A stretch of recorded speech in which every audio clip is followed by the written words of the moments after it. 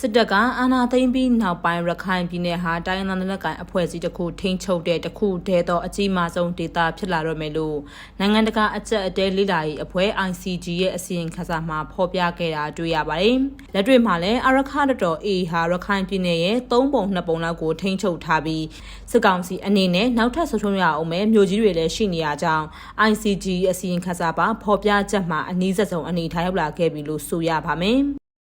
လာမယ့်နိုဝင်ဘာ23ရက်မှာအာရခတော်ရဲ့ရခိုင်ပြည်နယ်ထိုးစစ်ဟာတစ်နှစ်တင်းတင်းပြည့်ရော်မှာဖြစ်ပါတယ်။တစ်နှစ်အတွင်းမှာအာရခတော်ဟာချင်းပြည်နယ်ပလက်ဝမြို့အပါအဝင်ရခိုင်ပြည်နယ်ကကြောက်တော်မြောက်ဦးပေါက်တော်မင်းပြမြေပုံပုံနှကျွန်းရသေတောင်ဘူးတိတောင်မောင်တော်တန်တွဲနဲ့ရမ်းပြဲမြို့တွေကိုသိမ်းပိုက်ထိန်းထားနိုင်ခဲ့တာဖြစ်ပါတယ်။အမှတ်9နေသားဆောင်ရဲတဲ့ဘွဲတစ်ခုသာကျန်တော့တဲ့မောင်တော်မျိုးကလွဲပြီးကြံသိမ့်ပိုက်ထားတဲ့ဒေသတွေမှာစစ်ကောင်စီတပ်လုံးဝကင်းစင်သွားခဲ့ပြီဖြစ်ပါတယ်။တောင်ကုန်းဂွားနဲ့ကြောက်ဖြူတို့မှာဆိုရင်လည်းမြို့ပေါ်ကလွဲပြီးနေမြေအလုံးကိုအာရခတော်ကထိန်းချုပ်ထားတာဖြစ်ပါတယ်။အာရခတော်ရဲ့စစ်ရေးရှိမှန်းချက်ပြေဝဖို့ဆိုရင်ရခိုင်ပြည်နယ်မှာထပ်မံသိမ့်ပိုက်ရမယ့်မြို့တွေသိမ့်မကြံတော့တာတွေ့ရပါတယ်။ရခိုင်ပြည်နယ်ကမြို့ပေါင်း18မြို့ကိုအာရခတော်ကသိမ်းပိုက်နိုင်ဖို့အတွက်ရည်မှန်းထားပြီးအခုဆိုရင်မြို့ပေါင်း17မြို့အထိသိမ်းပိုက်ထားနိုင်ခဲ့ပြီဖြစ်ပါတယ်။လက်တော်မှလည်းစစ်ကောင်စီရဲ့စစ်တိုင်းကြီး14ခုတွေကတခုဖြစ်တဲ့အနောက်ပိုင်းတိုင်းစစ်ဌာနချုပ်အခြေစိုက်ရာအန်းနဲ့ခွားတို့ကိုအာရခတော်ကအပြင်းအထန်ထိုးစစ်ဆင်နေပြီးမြို့သိမ်းတိုက်ပွဲတွေဆက်လက်ဆင်နွှဲနေရတွေ့ရပါတယ်။တခြားစစ်ဒေသတွေနဲ့မတူဘဲရခိုင်ပြည်နယ်မှာစစ်ကောင်စီအနေနဲ့ရေတပ်အင်အားကိုပါသုံးနိုင်ပြီးကြီးရေလေပူပေါင်းစစ်စင်ရေးနဲ့အာရခတော်ထိုးစစ်ကိုဟန့်တားနေတဲ့ခြားကမြို့တွေတစ်မြို့ပြီးတစ်မြို့ဆုံးရှုံးနေခဲ့တာလည်းဖြစ်ပါတယ်။ဒါကိုကြည့်ရင်ခင်မီလက်နက်မျိုးစုံအများအများပိုင်ဆိုင်ထားပေမဲ့စစ်နီးပြူဟာဘိုင်းမှာစစ်ကောင်စီတပ်တွေအနေနဲ့အာရခတော်ကိုလုံးဝမရှင်နိုင်ပဲအရှုံးပေးနေရတယ်ဆိုတာကိုတွေ့ရမှာဖြစ်ပါတယ်။စစ်ပွဲတစ်ပွဲဆိုတာအင်အားကြီးနေုံနဲ့မပြီးပါဘူးစစ်နီးပြူဟာပိုင်းကျွမ်းကျင်ပိုင်နိုင်တဲ့ခေါင်းဆောင်ကောင်းရှိဖို့လိုအပ်တယ်လို့တိုက်ရိုက်ခိုက်ရေးစိတ်သက်မြင်မာတဲ့ရဲဘော်ကောင်းတွေလည်းရှိဖို့လိုအပ်တာဖြစ်ပါတယ်ဒါအပြင်ဘာအတွက်ဘာကြောင့်စစ်တိုက်ရတယ်ဆိုတဲ့ခိုင်မာတဲ့ယုံကြည်ချက်နဲ့ပန်းတိုင်လေးရှိဖို့အရေးကြီးတာဖြစ်ပါတယ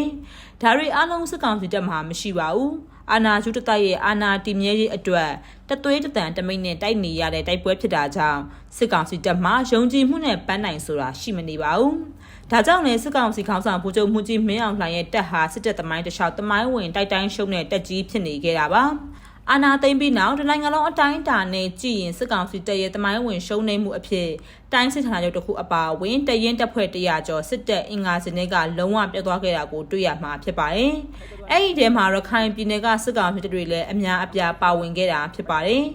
စစ်စင်ရေးနဲ့ကိုကဲမှုဌာနချုပ်2ခုခြေလင်းခြေမြန်ဌာနချုပ်28ခုအမြောက်တပ်2ခုအမှတ်6တပ်မတော်တမ်းမြင့်လေ့ကျင့်ရေးကျောင်းအပါအဝင်နေသားဆောင်ရတပ်ဖွဲ့ခွဲ6ခုစစ်တပ်အင်္ဂါစင်ကနေလုံးဝပျောက်ကွယ်သွားခဲ့တာဖြစ်ပါတယ်။အာရခတော်ရဲ့ရခိုင်ပြည်နယ်ထိုးစစ်ကိုပြန်ကြည့်မယ်ဆိုရင်စနစ်တကျပြင်ဆင်ပြီးပုံဖော်ခဲ့တာကိုတွေ့ရမှာဖြစ်ပါတယ်။ကနဝအနေနဲ့ရခိုင်ပြည်နယ်ထိုးစစ်စတင်မှုအခြေခံအကျဆုံးနယ်မြေထိန်းချုပ်မှုအဖြစ်ပလက်ဝကိုဦးတည်ခဲ့တာတွေ့ရပါတယ်။2023ခုနှစ်နိုဝင်ဘာ23ရက်နေ့မှာထိုးစစ်စတင်ခဲ့ပြီးတလအကြာမှာပဲအာရခတော်ဟာပလက်ဝမြို့ကိုသိမ်းပိုက်နိုင်ခဲ့တာဖြစ်ပါတယ်။အဲဒီနောက်မှရခိုင်ပြည်နယ်အတွင်းကမင်းပြကြောက်တော်ကန်ဆောက်မြောက်ဦးနဲ့ရမ်းပြဲတို့ကိုတက်ခတ်သိမ်းပိုက်ပြီးရခိုင်ထိုးစစ်ကိုပြည်ပြင်းစွာပုံဖော်ခဲ့တာဖြစ်ပါတယ်။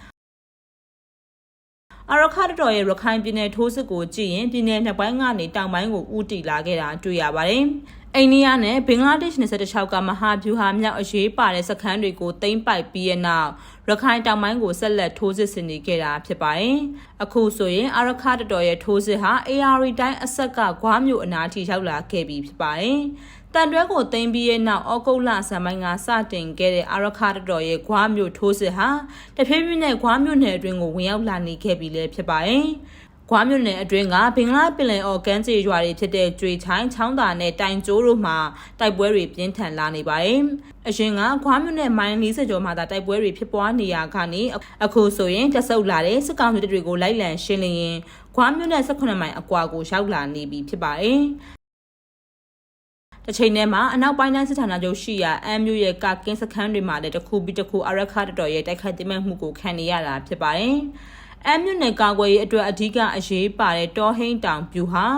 ာစိတ်ချောင်းပြူဟာနဲ့မဲတောင်ပြူဟာဂုံးတွေကျသွားပြီးရဲ့နောက်အနောက်ပိုင်းတိုင်းစစ်ဌာနချုပ်ရဲ့အနေအထားဟာနေလားညလားဖြစ်သွားခဲ့ပြီဖြစ်ပါတယ်။ လက်ရှိမှာလောက်ကန်အဖြစ်မျိုးမကြုံရအောင်အနောက်ပိုင်းတိုင်းစစ်ဌာနချုပ်အတွင်းကတပ်မိသားစုဝင်တွေနေရပြောင်းရွှေ့ရတွေလုပ်နေရလို့သတင်းတွေထွက်နေပါတယ်။နာပခအတွင်းကစစ်ကောင်စီတပ်အရာရှိတွေရဲ့မိသားစုတွေနဲ့တပ်မိသားစုဝင်တွေကိုအော်တိုဘာ10ရက်မနက်ပိုင်းကစတင်ပြီးကုန်ကားကြီးတွေအပါအဝင်အိမ်စီးကားတွေနဲ့မကွေးဘက်ကိုရွှေ့ပြောင်းပေးခဲ့တာတွေလုပ်ခဲ့လို့သိရပါတယ်။တက်တွင်းသတင်းတွေအရာတော့ကြောက်တော်စကားခါနဲ့လောက်ကင်ဓာကဆလို့မိသားစုဝင်တွေကိုငှက်ကွက်ပြီးအစိုးရအပြုံလိုက်လက်နက်ချတွေမဖြစ်အောင်တားဆီးရဲ့အနေနဲ့ရွှေ့ပြောင်းလာလို့ဆိုကြပါတယ်။သဘောကတော့နပခမကြရေးအတွက်အသေးခံပြီးတိုက်ကြဆိုတဲ့သဘောပါပဲ။လက်ရှိမှာမင်းတောင်ကျော်အနီးကရွာသားရကငေါတထောင်ကျိန်ချောင်းကြောက်စကွဲကျေးရွာတွေလမ်းတစ်လျှောက်မှာစစ်ကောင်စီဘက်ကကရုတ်ချင်းတူရနဲ့မိုင်းထောင်လာတွေကိုပြုတ်ထားတဲ့လူစီးသတင်းတွေအရသိရပါတယ်။ဒါအပြင်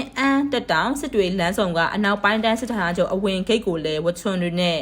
ခြံစည်းကိုနောက်ထပ်ကားရန်ထားခဲ့တာဖြစ်ပါတယ်။အာရခတ်တော်ဘက်ကလည်းပဒန်အလန့်အပါဝင်စစ်ကောင်စီတပ်ရဲ့ထောက်ပံ့ရေးလမ်းကြောင်းတွေကိုပြန်လည်ဖျက်တောက်ထားနိုင်ခဲ့တာတွေ့ရပါတယ်။ပြီးခဲ့တဲ့ရက်အတွင်းမြို့အဝင်ကခမရ303ကိုအာရခတ်တော်ကထပ်မံသိမ်းပိုက်ပြီးရဲ့နောက်စစ်ကောင်စီဘက်ကလီစိတ်အတက်အဆင်းတွေကိုပါပိတ်လိုက်ရတဲ့အထိတိုက်ပွဲတွေကပြင်းထန်နေခဲ့တာဖြစ်ပါတယ်။အခုလုံးရခိုင်ပြည်နယ်မှာမြို့တွေတစ်မြို့ပြီးတစ်မြို့သိမ်းပိုက်ပြီးတိုင်းစစ်ဌာနချုပ်အထိပါသိမ်းပိုက်ဖို့ပြင်ဆင်နေပြီဖြစ်တဲ့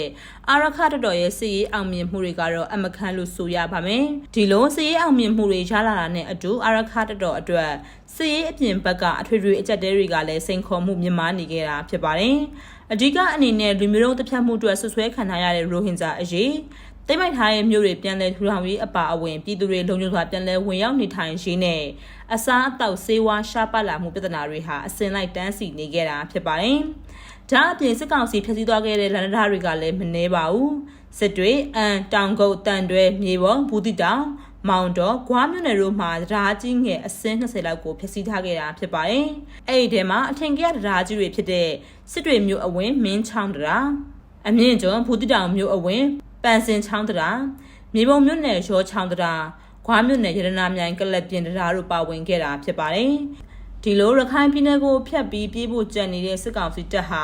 အဖြတ်အမှောက်လုပ်ငန်းတွေအပြင်ရိုဟင်ဂျာအရေးနဲ့အာရခတ်တော်ကိုပုံဖြတ်ဖို့စ조사နေခဲ့တာပါ။ပြီးခဲ့တဲ့ချက်ပိုင်းကပဲရိုဟင်ဂျာအရေးနဲ့ပတ်သက်လို့ရခိုင်ပြည်နယ်မှာကုလသမဂ္ဂကအာမခံတဲ့ဘေးကင်းဆောင်ထူထောင်ဖို့ဆိုပြီးဘင်္ဂလားဒေ့ရှ်ဘက်ကအတန်ထွက်လာခဲ့ပါတယ်။စစ်ကောင်စီပုံမှားရိုက်ထားတဲ့ရိုဟင်ဂျာအရေးကိုအာရခတ်တော်အနေနဲ့ပေါ့တန်တွက်ဆထားလို့တော့မရပါဘူး။စစ်ရေးနဲ့အတူအကောင်းဆုံးဖြည့်ရှင်ချက်ထုတ်ပြနိုင်ဖို့လိုအပ်ပြီးဒီအတွက်ကြိုတင်ပြင်ဆင်မှုတွေလုပ်ထားဖို့တော့လိုအပ်နေ